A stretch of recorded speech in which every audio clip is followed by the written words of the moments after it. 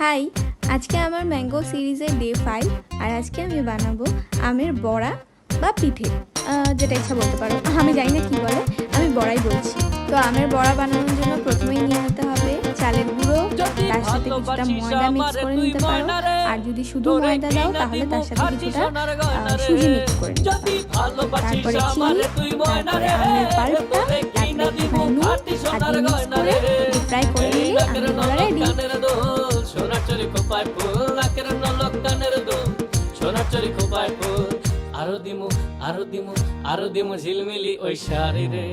যদি ভালোবাসিস আমারে তুই ময়না রে, তোরে কিনা দিমু খাঁটি সোনার গয়না রে। যদি ভালোবাসিস আমারে তুই